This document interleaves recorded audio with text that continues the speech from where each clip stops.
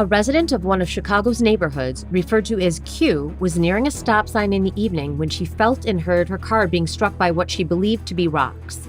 Upon stopping, Q exited her vehicle to confront who she discovered was a group of adolescents and whom she believed were responsible. As three of them approached her, she noticed one pulling out what appeared to be a weapon from his coat. Realizing the danger, Q quickly returned to her car and drove away.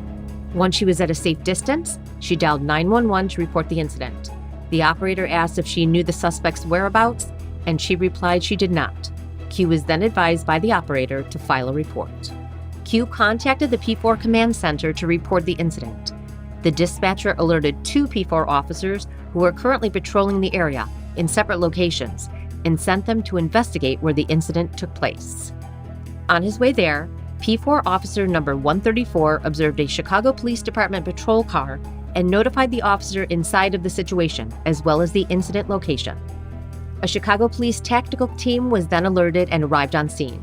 This is when P4 officer number 120 radioed in to report he had eyes on the suspects and alerted police to their location.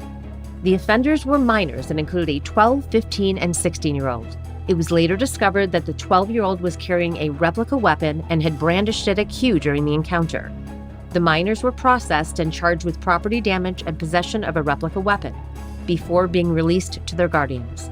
These young suspects, who were from a distant Chicago Southside location, told police they were dropped off in the neighborhood, given a replica weapon, and instructed to return with a vehicle. Their court case is ongoing, and the final outcome has not yet been determined.